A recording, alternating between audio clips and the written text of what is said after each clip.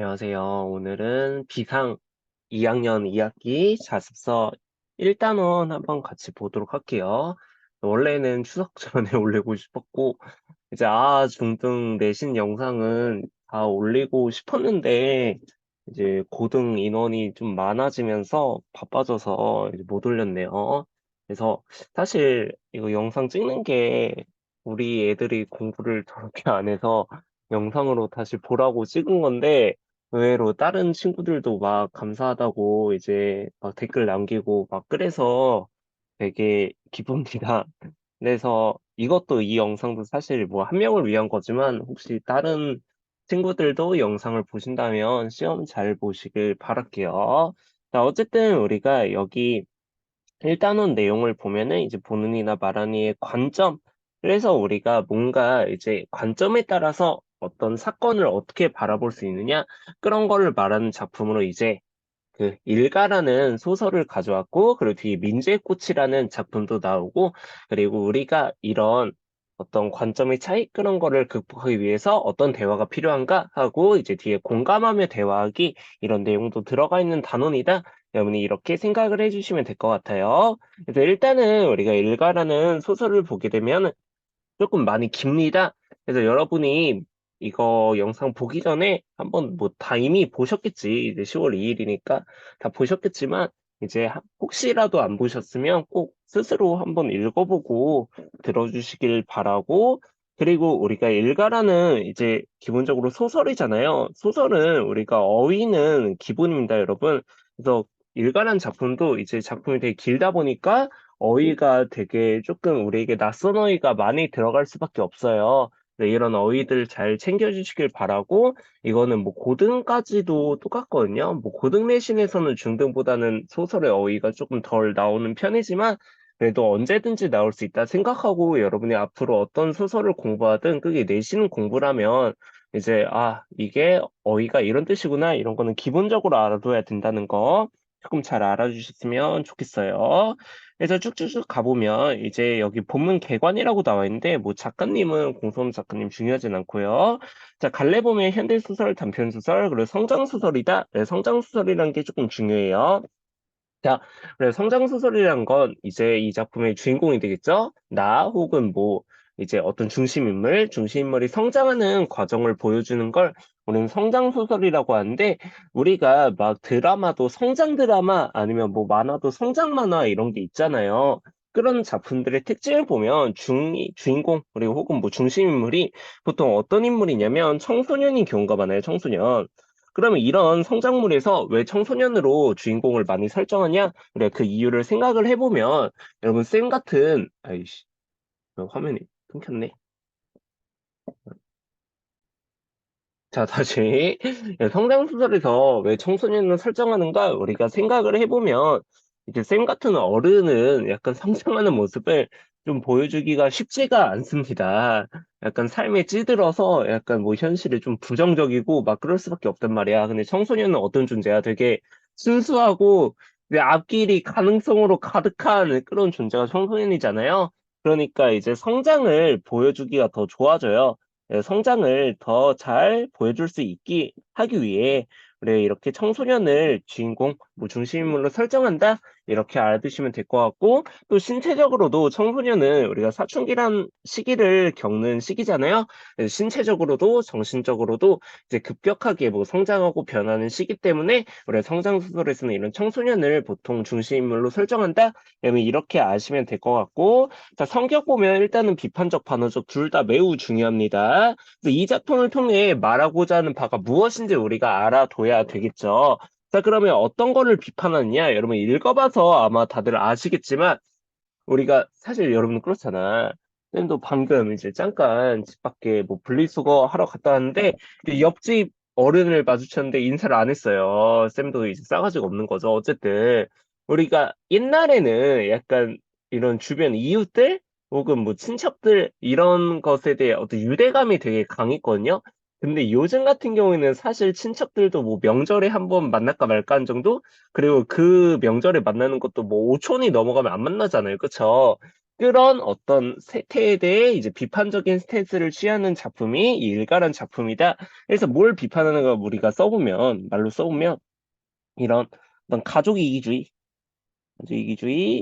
혹은 이런 어떤 일가의 이 일가란 건 한 가족이거든요. 일가의 정이 없어지는 없어진 어떤 현대 사회에 대해서 이제 비판적으로 바라보는 작품이 이 일가란 작품이다. 이렇게 여러분이 알아두시면 될 것 같고, 그 다음에 우리가 반어적 이렇게 나와 있는데, 여러분 반어법의 의미는 다 배웠잖아요. 반어가 뭐예요? 겉의 의미와 그 속의 의미가 다른 거. 그래서 우리가 표면적 의미와 내포적 의미가 다른 걸 우리는 반어라고 하는 거잖아요. 그럼 이 작품이 왜 반어인가 생각을 해보면 이게 제목과 연관이 되는 거거든요. 그래서 제목도 우리가 왜 반어적 의미를 지니는지 매우 중요합니다. 그래서 우리가 일가라는 일단 제목을 보면은 제목의 표면적 의미부터 생각을 해보면 제목의 표면적 의미가 뭐야? 이제 일가 한 가족이란 뜻이라 이제 한 가족. 그럼 여러분 한 가족이란 단어를 생각해 보면 우리가 어떤 느낌이 들어? 되게 뭔가 따뜻한 정이 있는 그런 약간 가족이랑 끄는 존재잖아. 우리가 서로 편이 되어주고 뭔가 따뜻하게 맞아주고 이런 게 한 가족이란 느낌이잖아. 그래서 제목은 이런 가족 같은 분위기를 주는 게 이제 제목으로 설정했어. 근데 그 안에 진짜 의미는 뭐예요? 이 안에 있는 진짜 내포적 의미는 이런 가족 간의 정이 어때지고 있다? 사라지고 있다. 일가의 정이 이제 사라지고 있는 이런 사회를 비판하는 거라 했어요. 그러면 겉의 의미와 속의 의미가 다르게 되잖아요. 그래서 이 일가라는 제목을 가지고 우리 어떤 말 하는 거예요? 아, 반어적 제목이다. 이 제목이, 이 소설의 제목이 되게 반어적이다. 그래서 이게 문제로 거의 반드시 나온다고 보시면 돼요, 여러분. 그래서 일가란 제목이 반어적 제목인 걸 일단 알아야 되고, 왜 반어적인지 여러분이 이해해 주시면 좋겠고, 그리고 이 소설이 반어적이란 게 비단 우리가 뭐 제목만 그런 게 아니라 우리가 여러 가지로 약간 진짜 의도를 숨긴 채 이제 다른 핑계를 댈 때가 있어요. 뭐 대표적으로 나가 미국의 편지를 뺏겼을 때 이제 엄마가 나에게 한 변명이라든지 아니면 뭐 아빠와 엄마가 싸울 때 표면적으로는 어떤 갈취란 단어 때문에 싸웠지만 진짜는 아저씨 때문에 싸운 거였죠. 그래서 이런 식으로 겉으로 드러나는 의미와 그 진짜 의미가 다르기 때문에 이 작품의 성격이 어떻다는 거예요?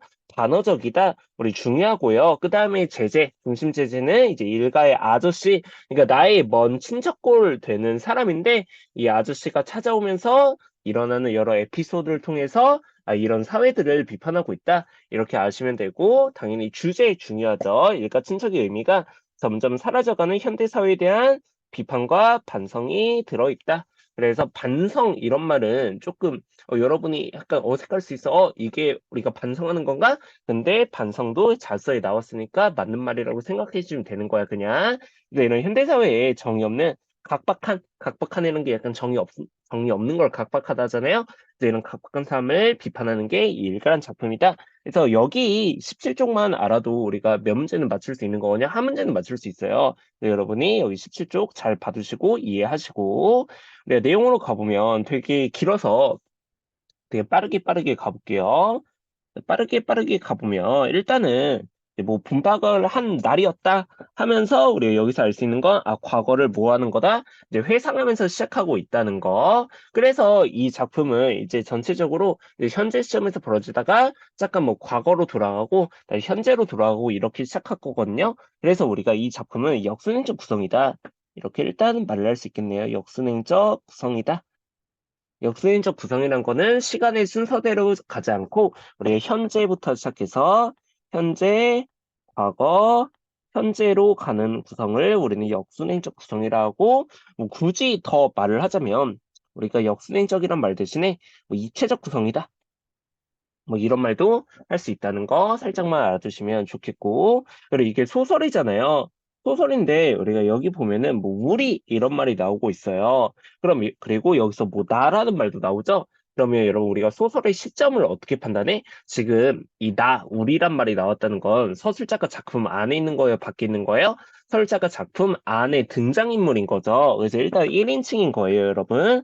만약에 이 소설의 서술자가 작품 밖에 있었다면 나, 우리 이런 말을 안 쓰고 뭐 얘 이름 뭐 승일이는 이런 식으로 갔겠죠. 그쵸? 근데 우리 이런 1인칭 대명사가 나왔다는 게, 아, 서술자가 작품 속의 등장인물이구나. 그래서 1인칭 시점이구나. 우리 이렇게 말을 할 수가 있는 거고, 1인칭 중에서도 우리 주인공과 관찰자 시점으로 나뉘잖아요. 이건 어떤 시점이냐면, 일단 1인칭 주인공으로 시작을 할 거예요. 1인칭 주인공으로 시작돼서 내가 미호기를 뭐 좋아한다. 막 이런 얘기를 마구마구 할 거야. 근데 조금 이 소설이 진행되면서 그러니까 아저씨라는 인물이 나오고 그 다음에 이제 어머니 아버지가 막 싸우고 그럴 때는 나는 이제 청소년의 시선으로 그들을 관찰하게 되거든요. 그래서 이런 어떤 소설의 메인 부분에서는 1인칭 관찰자 시점을 가지게 됩니다. 그래서 약간 청소년의 시선으로 어른들의 어떤 행동을 관찰하게 되는 거야. 그리고 마지막에는 이제 이 주인공의 성숙함을 보여주기 위해서, 성장했음을 보여주기 위해서 다시 1인칭 주인공으로 돌아오게 됩니다. 그래서 이런 식으로 시점의 변화가 있는 소설이란 거, 이것도 살짝만 체크하시고 1인칭이라는 게 서술자가 작품 안에 있다는 것도 여러분이 체크를 해 둘게요. 서술자가 작품 안에 있다. 그래서 어쨌든 이제 계속 내용을 가보면 이제 내가 기분이 되게 좋았다. 되게 기분이 띵호화했다. 왜? 이제 미호기랑 약간 썸이라기보다는 약간 좀 미호기를 좋아하는 거죠, 지금. 그래서 여러분도 아시겠지만 누군가를 좋아하면 그것만으로도 기분이 되게 좋아질 때가 많잖아요. 그래서 미호기랑 썸이 아니고 미호기를 좋아해서 내가 미호기한테 어떻게 마음을 전하지? 이런 어떤 뭐 순수한 감정을 보여주고 있어요. 그래서 여기서도 보면 사춘기 소년의 뭐 순진함 아니면 뭐 순수함 이런 말도 쓸 수 있을 것 같고. 그래서 내가 어떻게 내 마음을 전하지 하다가 이제 아버지가 어떤 조언을 해요? 편지가 짱이다. 그래서 조금 아마 시기가 옛날인가 봐요. 지금은 요즘 애들은 편지 같은 거 잘 안 쓰죠? 어쨌든 이제 아버지가 편지 쓰라 해서 이제 편지를 이제 전하려고 하죠. 그쵸? 그래서 편지를 전하기 위해 이제 우체국에 가서 우체통에 넣고 그리고 미호기 동네를 일부러 이렇게 이제 맴돌아요. 미호기 동네를 왜 일부러 이렇게 오랫동안 맴도는 거야? 우리가 그럴 때 있잖아. 약간 그 짝남 짝녀를 보기 위해서 약간 그 근처를 맴돌 때 그 이유예요. 그래서 미호기를 보고 싶어서 이렇게 미호기 동네에서 근처에 서성이고 있는 거예요. 그래서 여기 보면은 미호기를 보고 싶은 마음이 행동으로 드러남 이렇게 나와 있잖아요. 그러면 지금 나의 심리를 제시하고 있는 건데, 나의 심리를 어떻게 제시해주고 있는 거야, 지금? 나의 심리를 지금 간접적으로 제시해주고 있다. 나의 심리를 간접적으로 제시한다. 그래서 우리가 소설에서는 성격과 심리 제시 방법에 여러분, 직접 제시와 이제 간접 제시라는 게 있잖아요. 이 개념이 중요하니까 이것도 살짝만 말을 하고 갈게요. 이거는 고등학교까지 계속 쓰는 개념이니까 여러분이 꼭 알아두시면 좋겠어요. 자, 성격과 심리의 직접 제시라는 거는 말 그대로 직접 말해주는 거예요. 그래서 서술자가 이제 직접 말해주는 방식을 우리는 직접 제시를 합니다. 그래서 말해주는 방식이라 해서 우리는 말하기 방식이다. 이렇게 말을 하기도 해요. 다른 말로. 근데 간접 제시라는 건 뭐냐면 어떤 행동이나 아니면 묘사를 통해 이제 보여주는 거를 우리는 간접 제시라고 해요. 그래서 이거는 우리가 보여준다 해서 보여주기 방식이라고 하기도 합니다. 그래서 우리가 다시 여기 표시한 부분을 보면은 자, 마을하는 골목으로 들어가 괜히 매물 돌기도 하면서 자전거 페달을 한없이 느리게 굴렀다.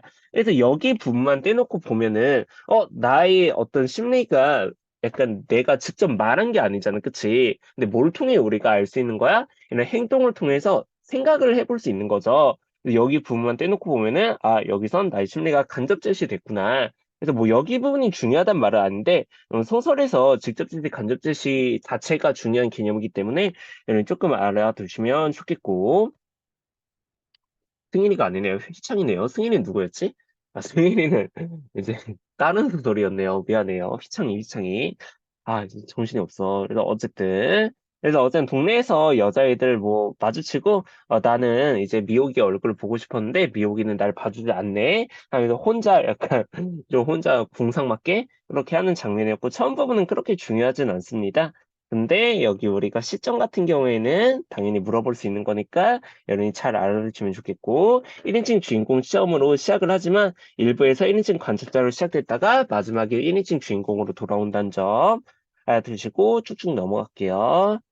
쭉 넘어가면 그래서 미호에게 내가 답장을 받았어요. 편지에 답장을 받았어요. 근데 나는 바로 뜯어보지 않았대. 왜? 그래 첫 번째로 설레는 기분을 오래 누리고 싶어서 그래서 약간 맛있는 걸 좀 늦게 먹는 그런 느낌인 거죠. 근데 우리가 또 하나 자, 밤에 조용히 이불 속에서 뜯어보고 싶은 마음이 더 컸기 때문이다. 그래서 약간 주위에도 이런 친구 있는 것 같아요. 약간 막 썸녀한테 카톡이 왔는데 일부러 막 혼자 있을 때만 보고 막 그런 친구도 있는 것 같아. 그래서 어쨌든 나는 되게 설레고 있다. 근데 중요한 건 편지를 뜯어보지 못한 거야. 그래서 내가 이거는 나중에 눈물을 흘리는 이유가 되기도 합니다. 근데 어쨌든 나는 이렇게 신났는데 어떤 아저씨를 마주치게 돼요. 어떤 아저씨가 이제 과수원에서 이렇게 나오게 되는 거야. 근데 나는 그 남자의 첫인상이 되게 싫었어요. 왜? 가수원 속에서 그 남자가 소변을 보고 나오는 그림이 틀림없었다. 그래, 나는 노상방뇨하는 사람을 되게 싫어해요. 그래서 우리가 여기 보면 지나가는 사람들이 갑자기 볼일을 보고 싶을 때면 꼭 우리 과수원으로 쑥 들어가서 일을 해결한다는 것을 나는 알고 있었다. 그래서 이게 당연히 요즘 생각이죠. 내 땅에서 누군가 막 오줌 싸고 가. 그러면 당연히 싫겠죠. 그래서 엄마는 그것이란 건 지금 노상방뇨 말하는 거죠? 오줌 싸는 거. 그러니까 노상방뇨가 되게 신경질 나 죽겠다고 했고, 아빠는 싱글싱글 웃으며 사람들에게는 우리 과수원이 좋은 일 하는 거고, 우리 과수원에게는 사람들이 좋은 일 하는 거지 뭐, 하고 대수롭지 않게 말을 했대요. 그래서 이런 과수원의 노상방뇨에 대해서 지금 태도가 상반되고 있어요. 그래서 여기 엄마와 아빠의 태도가 상반된다고 나와 있는데, 우리가 나까지 추가를 해보면, 엄마와 나는 지금 노상방뇨를 싫어해요. 당연히 이게 쌤 생각이 일반적인 생각 같은데 어쨌든 난 노상방뇨를 싫어해. 근데 아빠는 이제 좋은 거예요. 이거는 not bad, 굿이다. 왜? 우리가 과수원에도 약간 뭐 그 거름 같은 걸 어차피 줘야 되는 거고 그리고 그 사람도 급한 일 해결하고 약간 아빠는 조금 성격이 좀 널널한 편인가 봐. 그래서 나와 엄마와 그리고 아빠의 태도가 상반이 되는데 이거는 어디까지도 이어질 거냐면 아저씨를 대하는 태도에도 이어질 거예요, 여러분. 그래서 지금 써놓은 거는 어떤 노상방뇨에 대한 태도지만 이런 상반된 태도가 어디까지 이어진다고? 아저씨를 대하는 태도까지 이어질 것이다. 그래서 나는 이 아저씨에 대한 첫인상이 되게 나빴다는 거 조금 기억하시고 그래서 난 되게 싫었어. 그래서 속으로 재수없다 이런 생각을 했어. 근데 아저씨가 나한테 말을 걸어. 야야 너 어디로 갔네? 이렇게 말을 걸어요. 근데 나는 여기서 어떤 심리가 드냐면 되게 무서워졌어요. 근데 여기 보면 남자가 왈칵 무서워졌다. 그래서 두려워진 거야. 무서움, 뭐 두려움. 자, 그러면 이 두려움의 이유는 뭘까요? 뭐 아저씨 모르는 아저씨가 어디로 갔네 이러면 당연히 무서운 것도 맞지만 그러니까 지금 아저씨를 뭐로 오해해요? 이제 북한 사람으로 오해하게 돼요. 근데 사실은 북한 사람이 아니라 뒤에서 오지만 연변에서 오신 분들 우리가 요즘 흔히 뭐 말하는 조선족이라고 부르는 분들인 거죠. 그래서 약간 말투가 이러신 건데 나는 간첩인가 북한 사람인가 하고 무서워서 이렇게 도망가게 되는 거고 그리고 아까도 말했듯이 성격 제시에 어떤 성격이나 심리 제시에 직접 제시와 간접 제시가 있는데 여기서 남자가 왈칵 무서워졌다 이런 거는 어떤 제시가 되겠어요, 얘들아? 직접 제시가 되는 거예요. 이런 거 한번 여러분이 소설을 읽으면서 파악하는 연습도 하시면 좋겠고 넘어갈게요.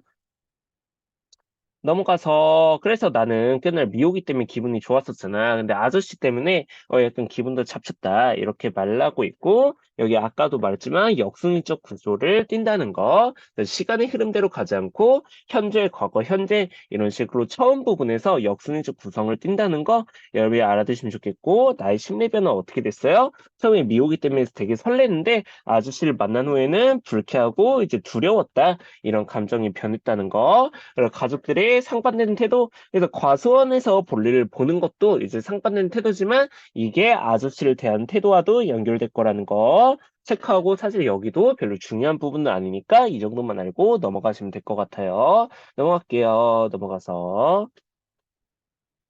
그래서 이제 엄마 하고 무서우니까 엄마를 부르죠. 근데 엄마는 엄매 징그러운 거 이렇게 말을 해요. 왜? 사춘기 남학생이 사실 징그럽습니다. 쌤도 이거는 공감하는 부분인데 갑자기 애기 얘기하던 애가 목젖 튀어나오고 목소리도 막 굵어지고 그러면 좀 징그러워요. 어쨌든 그래서 이제 16살인 나의 뭐 신체적 특징이 드러난다. 그래서 아 나가 이런 사춘기를 겪는 약간 2차 성징이 온 그런 친구구나. 우리 이렇게 알 수 있는 거고. 근데 아저씨가 우리 집에 찾아와요. 그래서 아저씨는 저번 사이도 아닌데 웬 악을 지르고 그러네. 그래서 이런 말에서도 우리가 아저씨 성격을 미리 추측해 볼 수 있죠. 어때요? 되게 약간 넉살이 좋으신 것 같아. 넉살이 좋은. 그래서 아까 애가 소리 지르며 도망간 거를 우리 아까 봤잖아. 이런 식으로 말을 하고 있는 거잖아요. 그래서 아저의 성격은 되게 약간 넉살이 좋은 성격이다. 이런 거 알 수 있고 또 스스럼 없다. 우리가 스스럼 없이 이런 말 많이 쓰잖아요. 그러니까 뭔가 거를 것이 없이 그냥 나한테 윙크 이렇게 찍 하는 거고. 자, 근데 이제 어머니한테 인사를 하기 전 아저씨가 아주머니 안녕하십니까? 아, 네, 연변에서 오신 그분이신가요? 그래서 여러분 여기 조금 주의할게요. 엄마는 아저씨가 올 것을 알고 있었어요. 당연히 아버지가 말을 해줬겠죠. 그쵸? 그러니까 별로 이제 당황하진 않아요. 아저씨가 왔다는 사실에 대해서는. 넘어가서 넘어가기 전에 우리가 아까도 말을 했던 거지만 이런 말투나 행동 외양 묘사를 통해 보여주는 거를 우리는 간접 제시, 그 다음에 직접, 이 서술자가 직접 말해주는 거를 우리는 직접 제시, 이렇게 아까 말을 했던 거고, 자, 지금 나는 아저씨를 이제 관찰하는 입장인 거잖아요. 그쵸? 나의 심리는 내가 직접 말을 해줄 수 있는데, 아저씨의 심리는 내가 직접 말해줄 수 없고, 이렇게 관찰하면서 우리에게 보여줄 수밖에 없겠죠? 그래서 1인칭 시점 같은 경우에는 나를 제외한 다른 인물들의 어떤 심리나 성격 같은 경우에는 주로 이제 간접 제시 된다는 거. 그래서 이런 식으로 이제 아저씨의 말, 뭐 이런 것들, 뭐 윙크하는 것들, 이런 것도 우리가 어떤 제시인 거예요? 간접 제시라는 거 한번 이해를 해 보시고 넘어가겠습니다. 넘어가서. 그래서 옌벤이라네요. 옌벤이 아니고 랴오닝 딸에서 왔대요. 엄마는 얼굴이 벌개져 버렸다. 왜? 이제 부끄러우니까. 나는 연변에서 온 줄 알았는데 이제 다른 곳에 왔다니까 약간 부끄럽다. 부끄럽다를 어떻게 보여준 거야? 얼굴이 빨개져 버렸다. 이런 것도 이제 간접 제시라는 거. 근데 아저씨는 뭐 그런 거 신경 안 써요. 아, 그렇다고 뭐 부끄러울 필요 없습니다. 반갑습니다. 재수 씨. 그래서 아저씨가 되게 넉살이 좋다. 그래서 여러분이 조금 이 아저씨에 대해 부정적으로 생각할 만도 한데 약간 아저씨 성격 되게 뻔뻔하다 되게 무례하다 이런 것보다는 그냥 우리가 좀 좋은 말로 스스럼 없다 넉살이 좋다 이런 식으로 알아두시면 더 나을 것 같아요. 아니면 부침성이 좋다 넉살이 좋다 플러스 뭐 부침성이 좋다 이런 말들로 알아두시면 좋을 것 같아요. 그래서 약간 인싸 성격이다 뭐 이렇게 아시고 여기도 그다지 중요하지 않습니다. 넘어갈게요. 넘어가서 자, 그래서 이제 아저씨가 말래요. 야, 너 내가 무서워? 무서워할 건 없다. 난 너의 일가니까.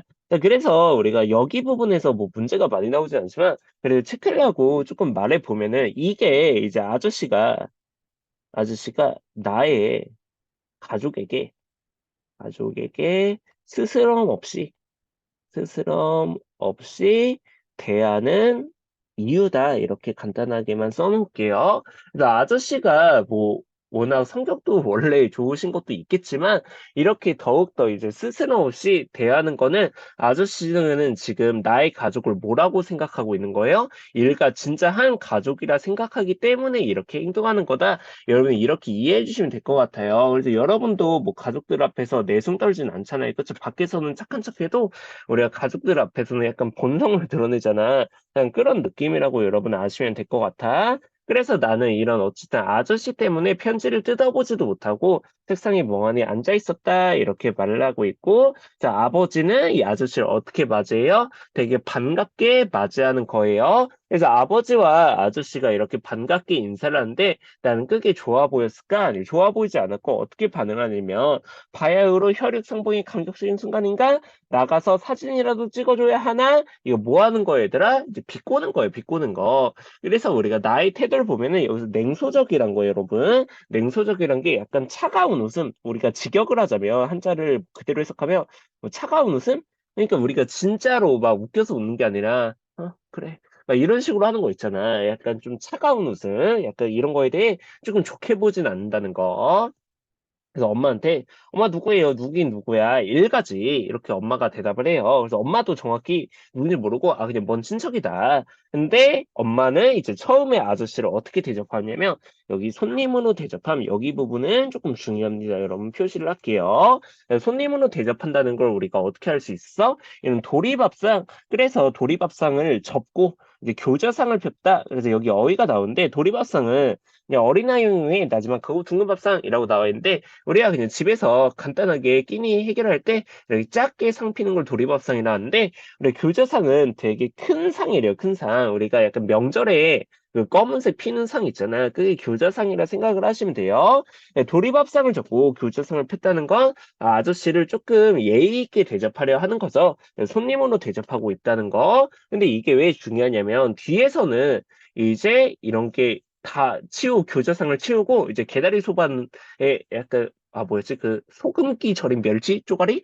그걸로 대접을 할 거예요. 네, 더 이상 손님으로 대접하지 않는다는 걸 뒤에서 알 수 있거든요. 근데 이런 상도 조금 어휘랑 같이 체크를 해 주시고 근데 이렇게 손님으로 대접하면서 엄마의 감정은 좋았을까? 아니 엄마는 아저씨가 반갑지 않았어요. 그래서 아까 아저씨에 대해 상반된 태도가 보일 거라고 했죠. 그래서 엄마와 나는 아저씨의 방문이 반갑지 않아. 근데 아버지는 반가워해. 그래서 이런 게 대조된다는 거 여러분 알아두시면 좋겠고 또 아저씨의 성격이 나오게 되는데 내가 대충 인사를 하자. 그래서 아저씨가 뭐라고 하냐면 조선민족의 인사법이 무에 그리니 좀 정식으로 하라고 이러면서 예의 범절을 중시하는 인물이다. 그래서 이거 가지고도 뭐 꼰대다 이렇게 생각하지 말고 그냥 되게 배울 거 배우신 분이구나.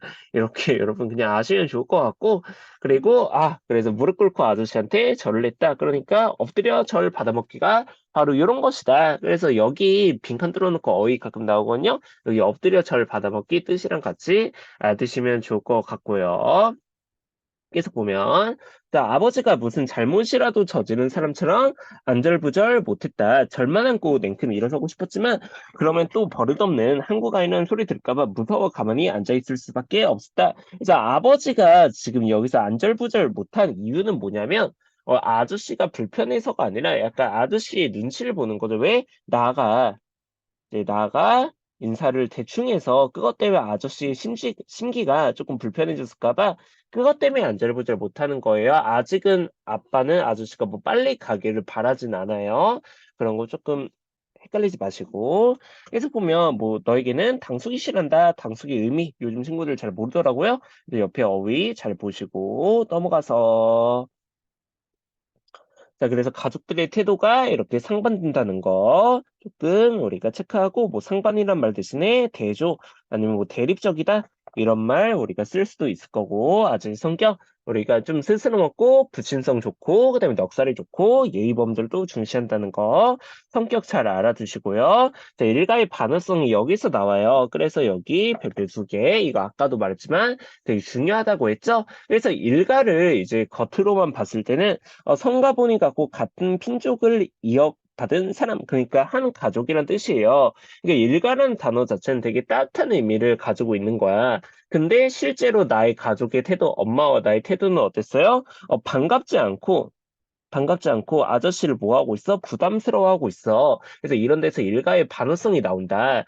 사실 일가란 제목을 지었지만 이 작품에서 말하고 싶은 건 일가의 어떤 정의, 어떤 일가 친척의 의미가 어때지고 있다? 사라지고 있는 각박한 모습을 비판한다는 점에서 반어적이다. 이렇게 꼭 알아둘게요, 여러분. 이거는 나와요. 이거 꼭 알아두시고 넘어갈게. 넘어가서 그래서 이제 내가 아저씨한테 이렇게 질문을 하나 하게 됐는데 어떻게 알고 찾아오셨어요? 이거 진짜 궁금해서 찾은 게 물어본 게 아니고 형식적으로 그래 아무 말 없이 그냥 꿍하게 있으면 조금 좀 그럴 것 같아서 왜 어떻게 오셨어요? 이렇게 질문을 한 거고 그래서 아저씨는 이제 잘 대답을 해주시고 자 아빠는 지금 이제 아저씨를 형님이라 부르면서 형님 많이 드시지요 하고 이제 계속 대접을 해주고 있는 거예요. 그래서 아버지는 아저씨를 지금 반가워하고 있다는 거 여러분이 잘 체크를 해두시고요. 쭉쭉쭉 넘어가서 이제 아저씨가 이렇게 이야기를 했는데 여기부터도 조금 중요해집니다. 아저씨 이야기가 어땠는데 이제 길어지기 시작을 했대요. 그러니까 나랑 엄마랑 이제 무슨 생각을 하겠어? 아, 이거 빨리 좀 자리 좀 피하고 싶은데 이런 생각을 했겠죠. 그래서 왜 피하고 싶은지 그 이유가 조금 중요하거든요. 그래서 아저씨 이야기가 계속 길어지니까 계속 보면 술잔 비워지는 속도가 점점 빨라지면서 아저씨의 흥분 상태도 고조되고 있다.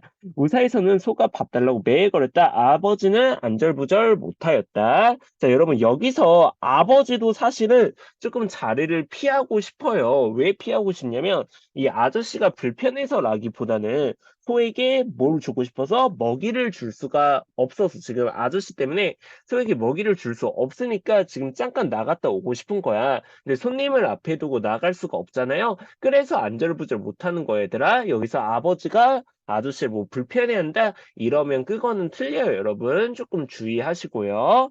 근데 계속 보면 그 아저씨는 아버지를 도통 놓아주려 하지 않는 것이었다. 엄마가 잠깐 과일이라도 자 이것도 진짜 엄마가 과일을 대접하고 싶은 거야? 그게 아니라 뭐예요? 핑계예요, 핑계. 예, 사실은 이제 과일을 갖다 주면서 잠시라도 이 자리를 피하고 싶은 거지만 아저씨는 이 일 없습니다. 그리고 나도 이제 적당한 때를 봐서 일어나고 싶죠. 왜? 나는 아직 뭐를 못 읽어봤어? 미호기의 편지를 못 읽어봐서. 그래서 각자 다른 이유로 지금 이 자리를 피하고 싶어 한다는 거, 이런 것도 어떤 현대사회의 각박한 모습을 비판하는 모습이다. 이렇게 여러분이 알아두시면 좋을 것 같아요. 그래서 나 아저씨와 가족들이 이야기를 나눈 태도, 그래서 여기서는 아저씨와 아버지, 엄마, 나, 이런 나의 가족들의 태도가 상반되게 되는데, 아저씨는 그냥 지금 마냥 어때? 이제 반가워요, 반가워. 자신의 이야기를 끊임없이 근데 아버지 같은 경우에는 일단은 아버지도 아저씨가 반갑긴 하다 있어.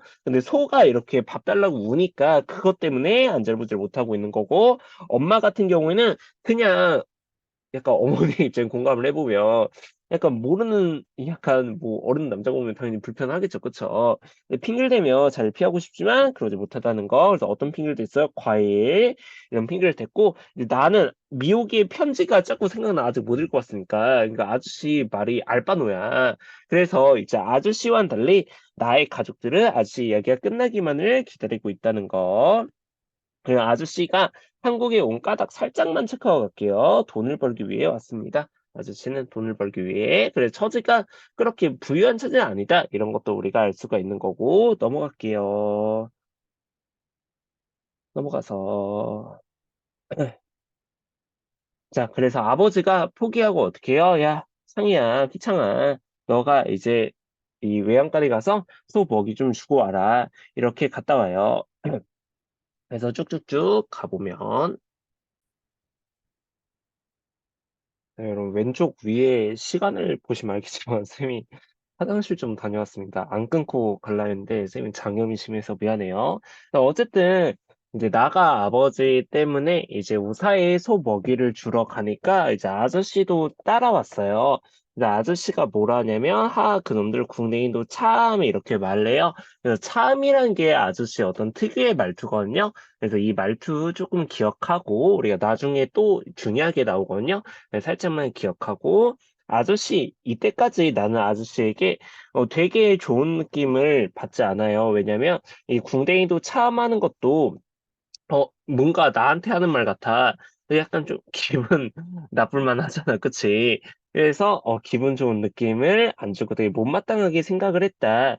이렇게 나와 있고 이제 여기서부터 진짜 문제가 시작되는데 아저씨가 불편하다 해도 이제 하루 정도는 당연히 참을 수가 있어. 근데 아저씨가 떠날 기미를 안 보였다. 그래서 떠날 기미를 안 보이고 어떻게 해요? 이제 일을 하기 시작하는 거예요. 이 우리의 집에서 나의 집에서. 소목을 주고 바닥을 청소하고 이제 걸음을 준다. 그래서 이런 것 때문에 불안해하는 이유는 뭐야? 우리가 하루 있다 갈 거면 이런 집안일 같은 거 안 할 거잖아. 근데 이런 집안일을 한다는 것 자체가 되게 오래 머물 것처럼 행동해서 되게 이게 엄마와 나에게 조금 공포스럽게 다가오겠죠. 그리고 아저씨는 또 어떻게 말해? 제주씨의 밥 안 줍니까? 백가족이 아주 등가족에 붙었습니다. 이런 식으로 우리 뻔뻔하지 말고 어떻게 말하자고? 어떻게 넉살스럽다. 그러면 이렇게 넉살스럽게 행동하는 이유가 뭐라고요? 아저씨는 우리 나의 가족을 이제 일가라고 생각하기 때문에 그래서 여러분도 엄마한테 엄마 배고파 밥 줘 이렇게 스스럼없이 말을 하잖아요. 그래서 아저씨도 비슷한 거다 이렇게 아시면 될 것 같고 나는 아저씨가 이렇게 계속 머무는 게 좋아 싫어? 당연히 싫겠죠. 그래 나는 답답해 견딜 수가 없었다. 그래서 내가 못 참겠어서 이제 아빠한테 물어보게 돼요. 아빠, 아저씨 언제 가? 라고 물어보니까 아빠가 어떻게 말해요? 너 진짜 예의 없구나. 이런 식으로 대답을 하게 돼요. 왜? 아버지도 뭘 중시하는 사람이야? 손님에 대한 예의 범절을 중시하는 거야. 그래서 소한테 먹이를 줘야 되는데도 이제 안 나간 건 뭐 때문이야? 약간 손님 앞에서 자리를 비우는 게 실례니까 아버지는 그때 이제 이 나에게 그걸 시켰던 거거든요. 그래서 아버지는 손님에게 되게 예의 범절을 중시하는 사람이다. 이런 거 우리 알 수가 있고, 그러니까 아버지한테 혼나니까 이제 엄마한테 가서 물어보겠죠. 엄마, 저 아저씨 언제 간대요? 낸들하네? 근데 엄마는 나보다 더 아저씨가 이제 빨리 나가길 원하기죠. 왜? 맨날 밥 달라 하잖아. 맨날 뭐 술도 달라 하고, 맨날 빨래 해달라 하고. 그래서 그것보다 더 심각한 것이었다. 이런 묘사가 나오고, 그래서 나와 엄마는 아저씨를 어떻게 생각을 해요? 몰상식한 사람이다. 그러니까 약간 기본적인 예의 이런 게 없는 사람이다. 나와 엄마는 아저씨를 이렇게 생각을 하고 있다는 거. 알아두시면 될 것 같아요. 그래서 아저씨를 받아들이는 가족들의 태도도 역시 상반이 된다는 거. 아버지는 손님에 대한 예의 범절을 중시하기 때문에 손님을 잘 모셔야 한다 이렇게 주장하고 있는 반면에 엄마와 나는 이 아저씨 되게 몰상식한 사람이다 이렇게 하고 있다는 거. 그래서 나는 아저씨를 되게 불편하게 느끼고 있다. 여기까지 체크를 하고 넘어갈게요. 자, 여기부터가 진짜 중요해지는데 이제 편지가 나오게 돼요. 편지. 여기서부터 본격적인 이 소설의 갈등 부분이 시작되거든요. 그래서 여기 부분을 우리가 좀 읽어보면, 야, 근데 너 요새 뭐하고 돌아다니니? 내가 볼려. 네 책상 위에서 있던 웬 여학생한테 온 편지 내가 압수하게 됐다. 그래서 편지 우리가 표시하고 밑에 보면 갈등하게 된 원인이라 나와 있죠. 혹은 우리가 계기라고도 말을 할 수 있겠네요. 계기. 그래서 엄마와 나의 외적 갈등이 시작이 될 거예요. 자, 아차 미호기에서 온 편지 나는 엄마에게 조용히 말했다. 이럴 때 악을 쓰면 더 어린애 취급을 받고 확실하기 때문에 목소리가 변화해서 좋은 점은 바로 이럴 때다. 어린애 목소리는 도저히 이런 공포의 점이 나오지 않기 때문에 그래서 어른스럽게 말려고 내가 노력하고 있는 거죠. 보면 엄마 그 편지 도로 저에게 주세요. 자기한테 편지를 제대로 간수하지도 못한 애한테 내가 왜 주냐? 그래서 이게 엄마가 말한 편지 앞서 이유를 이렇게도 나와 있고 우리 옆에다가 이게 표면적 이유라고 좀 적어둘게요. 자, 엄마가 말하는 이제 편지를 뺏은 이유는 뭐야? 네 물건을 제대로 간수해야지. 자기 물건도 제대로 간수를 못한 애한테 줄 편지는 없다? 이래서 뺏은 거잖아요. 계속 보면 나 엄마는 편지 앞서는 이유를 그런 식으로 뭉치고 있다, 퉁치고 있다. 내가 간수를 못해서 압수해 간 게 아니라 내가 공부는 안 하고 여자애한테 신경 쓸까 봐 겁나서 그랬다고. 그래서 이게 내가 생각하는 이제 편지 압수 이유, 그리고 이게 사실은 진짜 이유가 맞아요. 그래서 여기서 알 수 있는 건 나는 지금 청소년이지만 눈치가 어때요? 눈치가 되게 빠른 편이에요. 눈치가 빠르고 약간 좀 생각이 깊은 편이다. 이렇게 조금 적어둘게요. 나가 이제 마냥 조금 어린 친구인 게 아니고 이제 눈치가 빠르고 생각이 깊은 친구란 거. 그래서 보면 그랬다고 엄마가 솔직히 말했으면 나는 끝내 악을 쓰는 우를 범하지 않으리라. 그건 저 손님 때문이었잖아. 악을 써놓고 나서는 내 발등을 내가 찍는 것 같은 앞으로 느꼈다.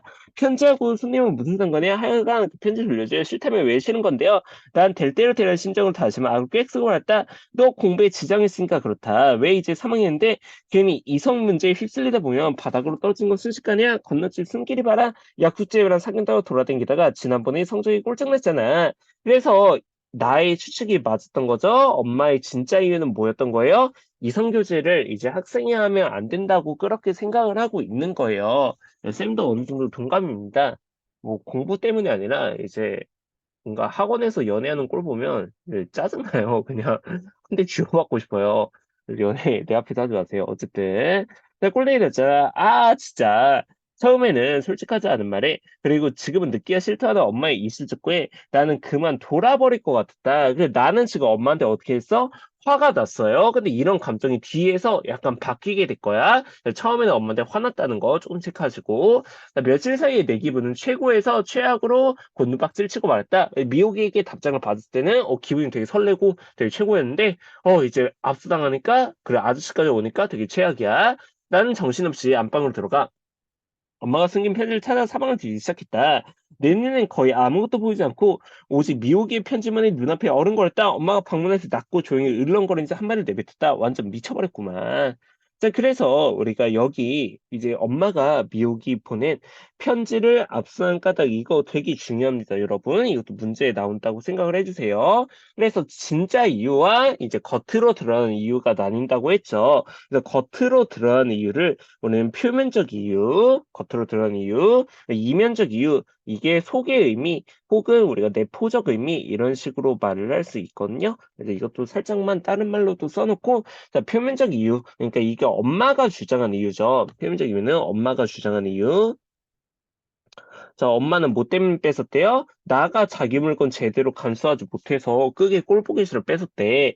근데 이게 진짜 이면적 이유가 진짜 이유라 했죠? 진짜 이유는 뭐예요? 이성 교제가 이제 부정적이라고 생각해서 학생 때는 그래서 이성 문제 신경 써서 공부를 소외할까 봐 걱정이 됐다. 그래서 이렇게 표면적이면 이면적 이유가 다르다는 것도 우리가 이런 것도 참 반어적이다. 이런 식으로 말을 할 수가 있는 거예요. 그래서 그리고 그 밑에 보면 그 엄마의 본심을 추측한 나의 예상이 어땠어요? 어느 정도 들어맞았대요. 그래서 나는 조금 눈치가 빠른 인물이란 거, 또 생각이 조금 깊은 인물이란 거, 이것도 조금 체크를 하시고요. 나의 기분 변화는 미호기에게 답장을 받아서 되게 좋았지만, 이제 뺏기고 나서는 되게 최악으로 다다랐다. 이렇게 나와 있고, 넘어갈게요. 자, 넘어가서 그래서 엄마도 나에게 화냈대요. 그래서 엄마도 떨고 있는지 몰랐다. 쭉쭉쭉.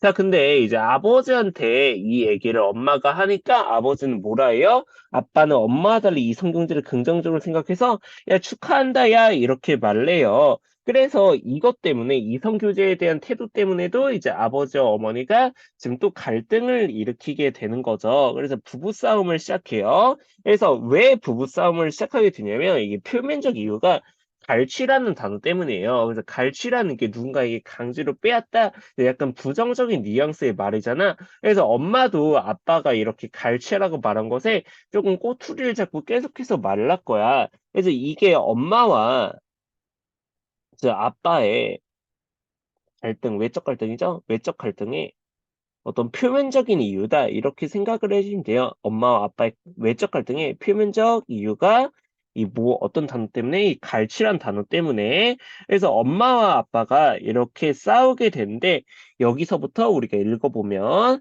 자 나는 그 순간 어떻게 해야 할지 알 수가 없었다. 내 문제 때문에 싸우는 건 틀림없이 내게도 책임이 있는 것은 분명했다. 책임 있는 사람이 할 일은 오직 하나 이 싸움을 말려야 한다. 그러나 나는 그 순간 그냥 도망치고만 싶었다. 두 양반이 싸우든지 말든지 나는 그냥 어디론가 사라져버리고 싶었다. 무엇보다 나는 그 상황이 무서웠다. 그래서 이런 점에서는 약간 좀 어린애다운 그런 생각이 드러나는 거고, 자, 아버지는 내 편지를 엄마가 갈취했다고 한 부분을 결코 취소하지 않았다.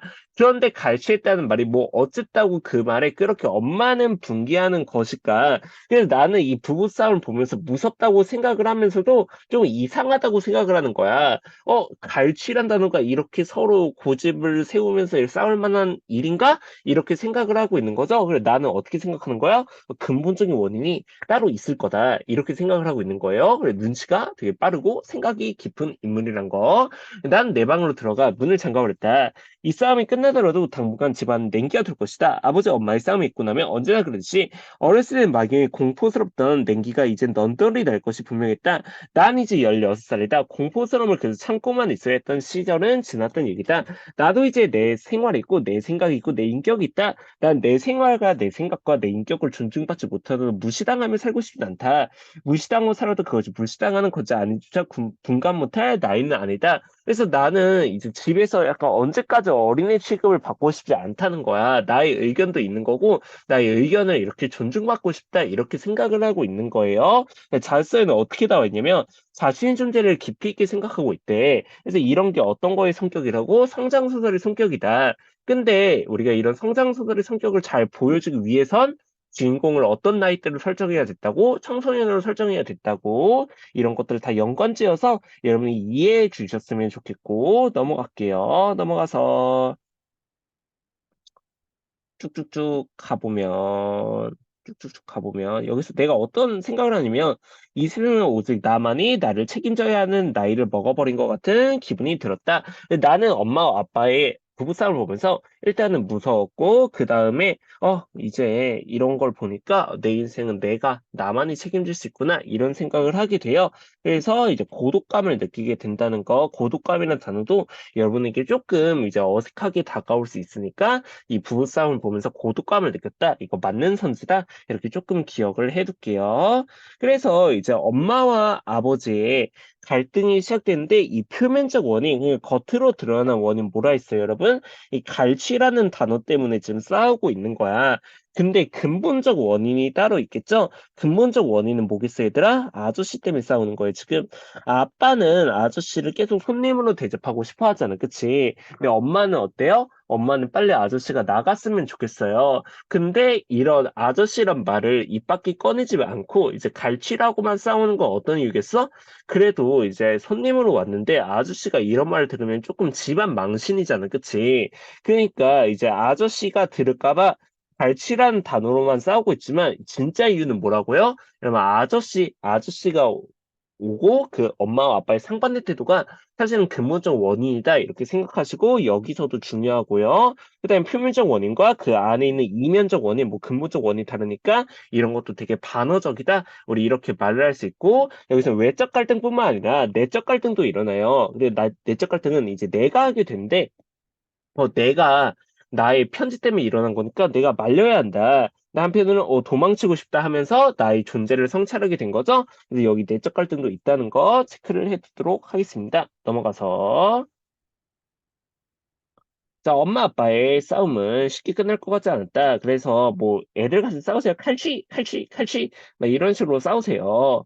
그래서 이제 여기부터 다시 읽어보면 아버지는 집으로 들어올 때 그랬던 것처럼 나갈 때는 쟁반 들고 저벅저벅 과수로 나왔고 엄마는 말을 주저앉아 한숨을 몰아쉬고 있었다. 말없이 한숨만 몰아쉬고 있는 엄마가 왠지 두려웠다. 나는 걸음아 날 살려라 하고 과수원 쪽으로 뺑소니를 쳤다. 그래야 그때쯤 자존심 때문이라도 꾹 참고 있던 눈물을 마음껏 흘릴 수 있을 것이 아닌가. 그래서 이미 엄마에 대한 화는 어느 정도 풀린 상태예요. 왜 그러냐면 아버지가 이렇게 칼취갈취 하는 모습이 너무 정이 떨어져서 오히려 아버지에 대한 서운함으로 그게 바뀐 거야.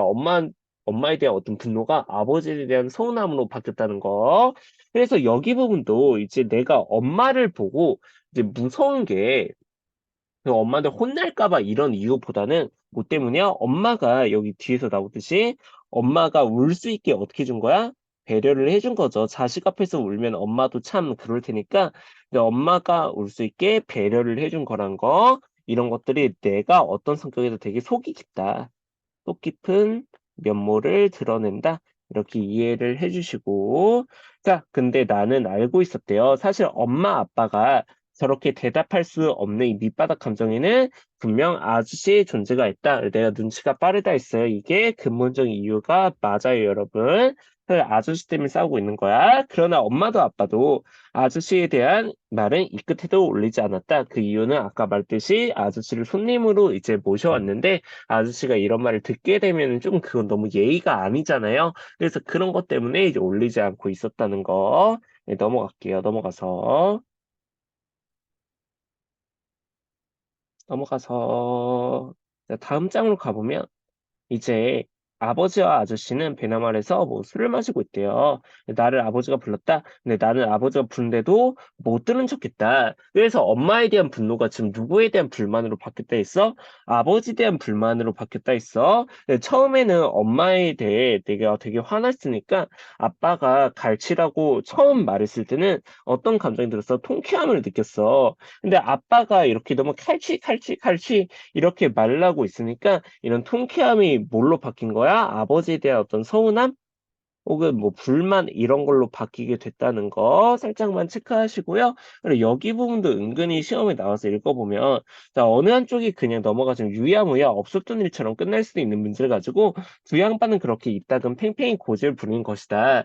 그러고 나서 얼마간 냉기와 해빙 분위기와 함께 백화가 만발했다가 그러니까 이 백화라는 게 지금 의미하는 게 어떤 화해를 의미해요. 화해의 그냥 비유적인 표현이다. 그래서 평소에도 이렇게 싸우다가 이렇게 꽃이 피듯이 화해를 했다는 거죠.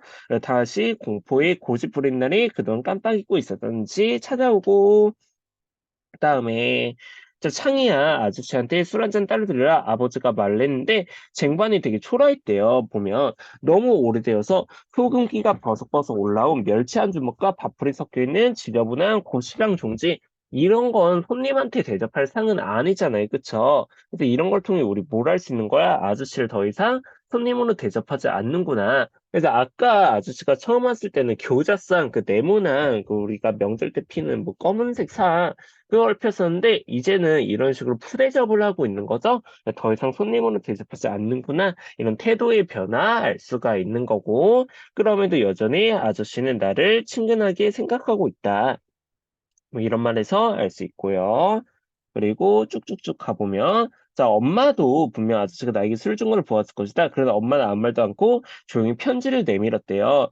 내가 네 편지를 갈취했다면 정말 미안하구나. 나는 그저 편지가 되돌아온 것만에 황송해서 아니에요 어머니 소리가 절로 나올 뻔했다. 오늘은 미안하지만 네가 저녁 준비를 해야겠다. 자, 엄마가 이 말을 한다는 이유는 뭐야? 엄마가 밥을 해야지 어디가 이제 집을 나갈 거다. 그래서 엄마가 집을 나갈 것을 알 수 있다. 혹은 뭐 암시하고 있다. 이런 말 우리가 가능하고요. 엄마가 그렇게 나가는 모습이 이제 왜 내 마음을 아프게 하는지 알 수 없었다. 이렇게 말을 하고 있네요. 자, 아버지에 대한 나의 심리 처음에는 이제 엄마에 대한 분노가 컸으니까 통쾌했다가 이제 불만으로 바뀌었다는 거. 그 다음에 우리가 냉기는 되게 차가운 기운이잖아요. 냉기는 어떤 갈등을 비유하는 거라면 해빙은 이제 얼음이 녹는 거죠. 그리고 백화 하얀 꽃이 이렇게 핀다는 거는 화해에 대한 어떤 비유적 표현이다. 살짝만 체크를 해주시고요. 미적 표현. 그 다음에 아저씨가 처음 방문하는 교자상. 그래서 이게 되게 큰 상이라 했어요, 여러분. 근데 이제 며칠이 지나니까 고추장 종지. 그래서 이런 어떤 밥상이 변한 걸로도 우리가 아저씨에 대한 대접, 어떤 태도가 변화했다. 처음에 손님으로 대접하다가 이제 손님으로 대접하지 않는구나. 이런 사실을 알 수가 있고 넘어갈게요. 넘어가서 엄마가 돌아오지 않았다. 그래서 이제 아저씨도 눈치를 채게 되죠. 우리가 여기부터 보면은 나 때문에 재수 씨가 집을 나간 걔라면 정말 동생한테 미안하고 그래서 아저씨는 이제 자신 때문이라고 생각하고 또 어느 정도 맞는 말이기도 해요. 근데 아저씨가 지금 느낄 감정은 어떤 자책감 이런 걸 느끼실 거고 자 아이고 형님 그게 무슨 말씀이십니까? 그건 전혀 그렇지 않습니다. 부부가 살다 보면 부부싸움이란 것도 가끔 하게 되는 거고 애 엄마가 집을 나간 것도 결국 형님 때문이 아니라라고 하고 끝까지 말을 하지 못했어요. 그래서 아저씨 말이 사실 진짜이기 때문에 형님 때문 진짜 아니에요 하면 거짓말이 되는 거잖아요. 그치? 그래서 아버지도 이렇게 말을 마저 하지 못한 거예요. 참말 미안할 동생 형님 자꾸 그러시면 제가 들다 치웠습니다. 내가 죄인이요. 그래서 계속 보면 자기가 죄인이라고 하는 아저씨 힘들고 그것이 아니라고 하는 아버지도 견디기 힘든 상황이 틀림없다.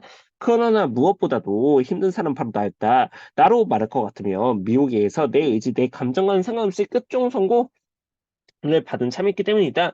모든 것은 엄마의 소원대로 돼가는 셈이었다. 엄마가 집을 나가는 강수를 써야만 아버지가 아버지의 중국 형님을 이제 그만 내보낼 것이를 계산했을 것이다. 또한 내 편지는 이미 시효가 지난 편지임을 확인하고 돌려준 것에 틀림없다.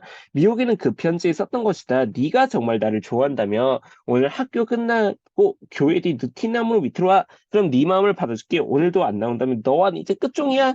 나 오늘은 이미 한참이나 지난 뒤다. 끝쪽은 나도 모르게 저절로 울려버렸다. 이렇게 말을 하고 있어요. 그래서 내가 생각하는 엄마의 소원이란 건 일단은 첫 번째로 아저씨가 이제 집을 나가는 게 첫 번째 소원. 나가 생각하는 엄마의 소원이에요. 그래서 두 번째로 나가 이제 미호기와 여기서 나온 표현대로 끝종 나는 게 엄마의 소원이었는데 엄마의 소원이 이렇게 착착착 이루어지고 있었던 거야. 그러니까 아까 편지를 시효가 끝나서 돌려줬다 한 것도 지금 이미 미호기가 말한 날짜가 지났으니까 이제 그 편지가 소용이 없어진 거잖아요. 그래서 돌려줬을 것이다. 나는 이렇게 추측을 하고 있는 거예요.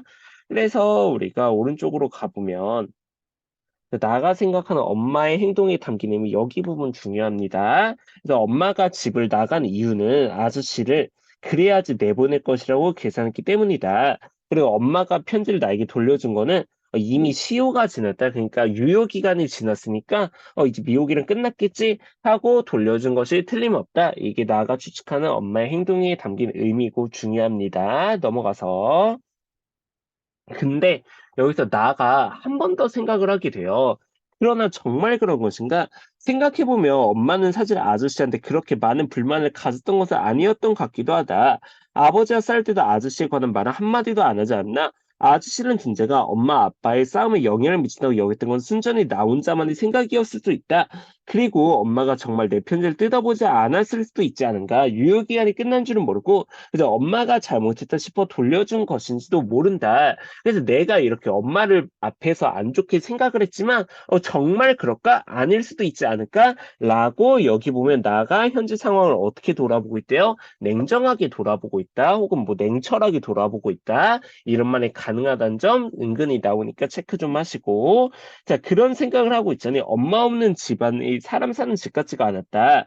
엄마가 집을 나가지 사흘, 사흘은 3일이에요 여러분. 헷갈리지 마시고 자 3일째 되는 밤에는 하도 잠이 안 와서 어둠 속에서 벽에 등을 기대고 앉아있는데 눈물 한 줄기가 주르르 볼을 타고 흘러내렸다. 여기서 눈물 한 줄기의 의미 되게 중요하거든요. 이런 거 꼭 알아둘게요. 자, 지금 이 눈물을 흘리는 이유가 뭘까? 일단은 나는 미호기와 이제 끝장이 났어. 그것 때문에 느끼는 어떤 답답한 그래서 미호기와의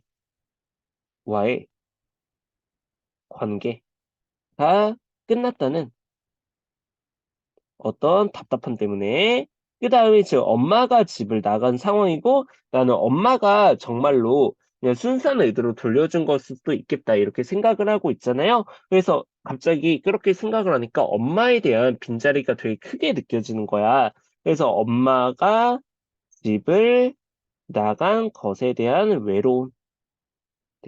외로움 때문에 나는 눈물 한 줄기가 이렇게 주르르 떨어지게 되는데 여러분 여기서 내가 운 이유를 조금 더 짧게 말해보자면 이거는 누구의 외로움 때문에 온 거예요?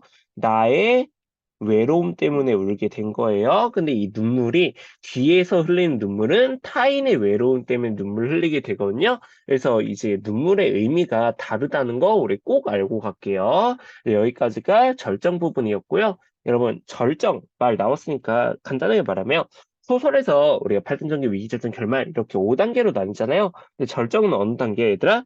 갈등이 최고조에 이르는 부분은 절정이라 하죠. 이 소설의 갈등이 최고조에 이르는 부분이 어디냐고 묻는다면 절정 부분을 이제 절정 부분의 문단을 선택하시면 되는 거예요. 그래서 어디부터 어디까지 절정이었는지 여러분 다시 한번 보시고 결말 부분 보면 휴, 그 한숨 소리가 절로 나왔다. 그런데 내 한숨 소리가 끝났는데도 어느 순간 또 하나의 한숨 소리가 들려오는 것이었다. 이거는 아저씨 한숨 소리. 아저씨는 왜 한숨을 쉬겠어? 어떤 자책감, 미안함을 느끼고 있기 때문에 넘어가서 이제 나와 아저씨가 조금 속 터놓고 이야기를 하게 돼요. 그래서 참으로 이제 영화, 중국 영화의 풍경 같구나. 이제 이런 데서 내가 집 한 채 짓고 평생 살았으면 좋겠다. 뭐 이런 식으로 말하고 쭉쭉 가보면 여러분, 여기 넘어가기 전에 41쪽. 이 눈물 흔들기의 의미, 여기도 나와 있으니까 별표 치시고, 여기서 나의 외로움 때문에, 자신의 외로움 때문에 울고 있다는 거 꼭 체크하고 넘어갈게요. 넘어가서.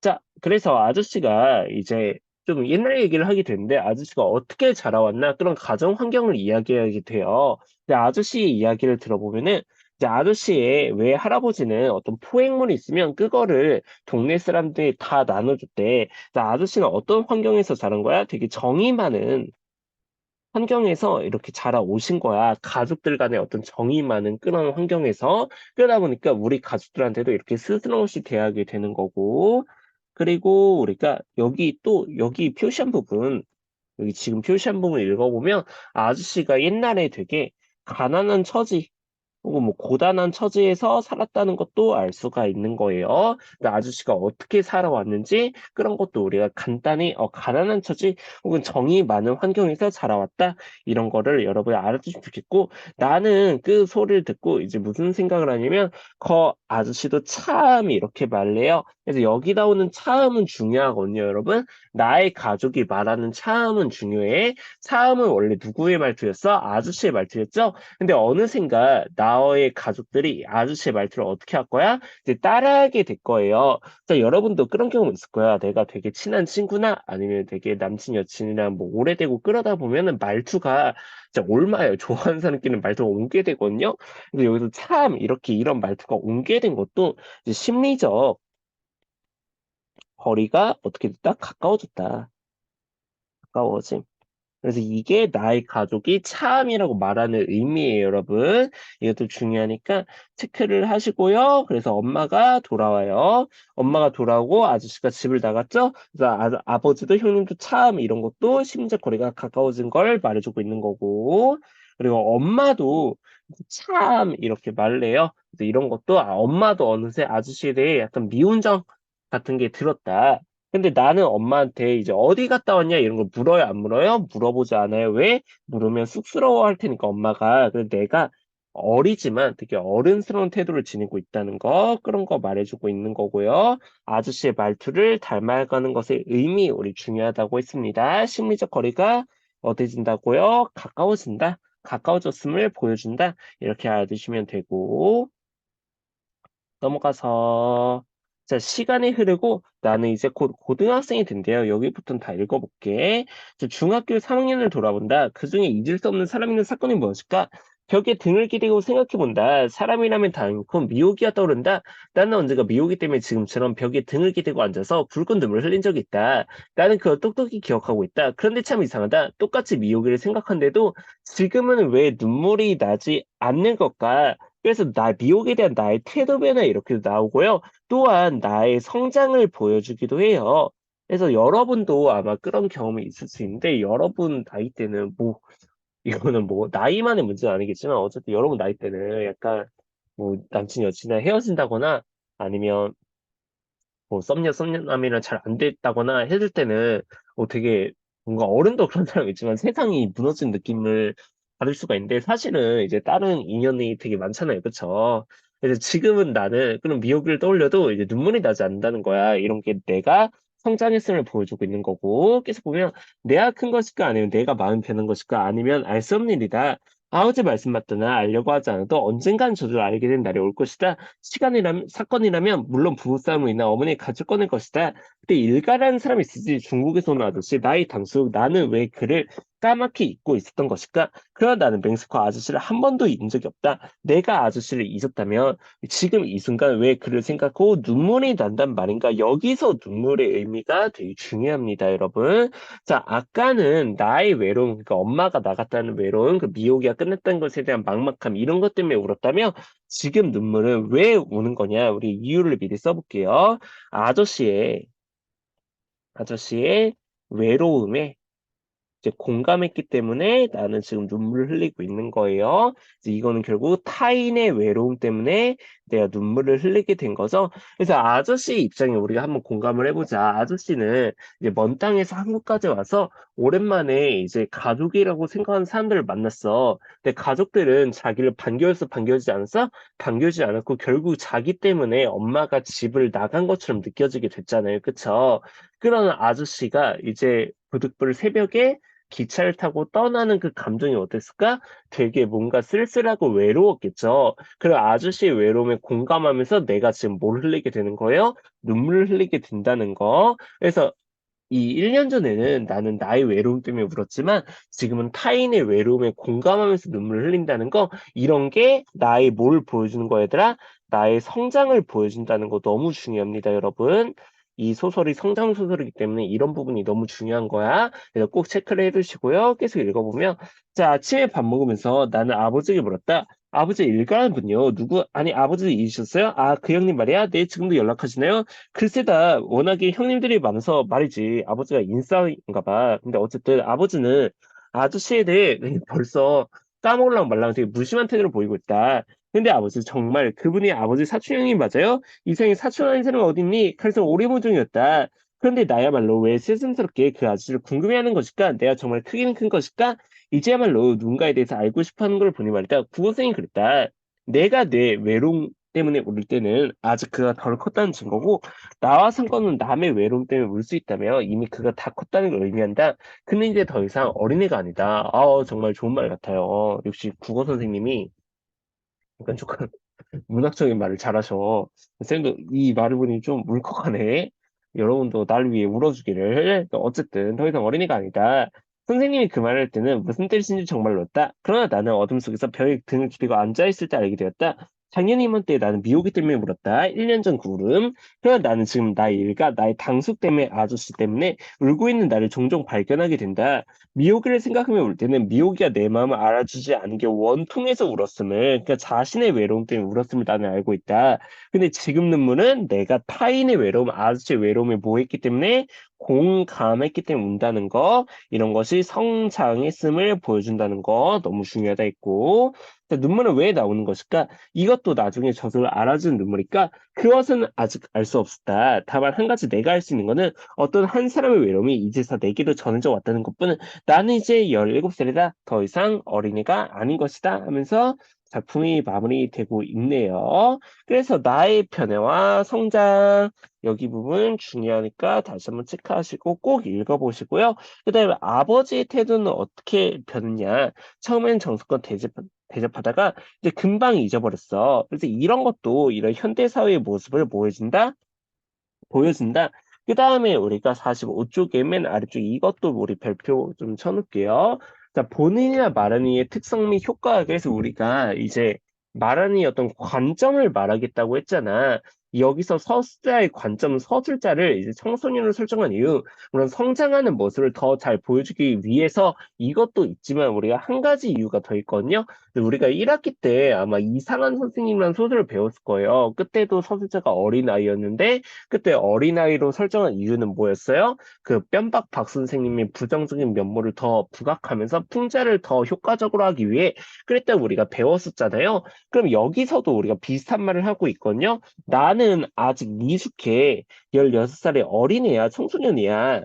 네, 청소년의 시선으로 보니까 이제 청소년의 시선으로 이런 어른들의 현대사회, 이런 각박해진 현대사회를 간접적으로 비판할 수 있는, 왜 이렇게 말이 커요? 다시.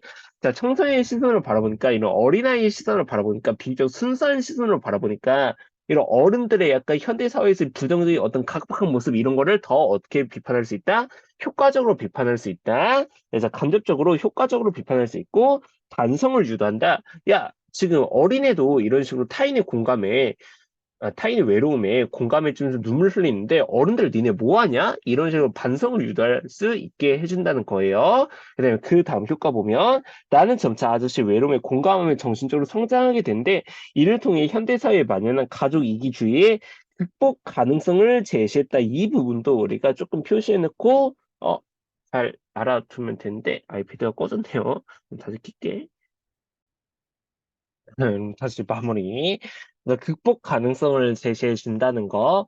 해서 이제 미래를 살아가야 되는 거는 청소년들이잖아요. 여기 나오는 아버지와 어머니 같은 어른들보다는 청소년이 미래를 살아가게 될 건데, 이런 청소년이 성장해 가면서 이런 아저씨의 외로움에 공감을 했다는 거는 이런 청소년들이 잘 타인의 외로움에 공감할 줄 안다면 우리가 이런 가족 이기주의를 극복할 수 있지 않을까. 그런 극복 가능성을 제시해 주는 걸로 이 작품이 마무리되게 된다는 거. 이런 극복 가능성이란 말도 우리 잘 알아두도록 하겠습니다.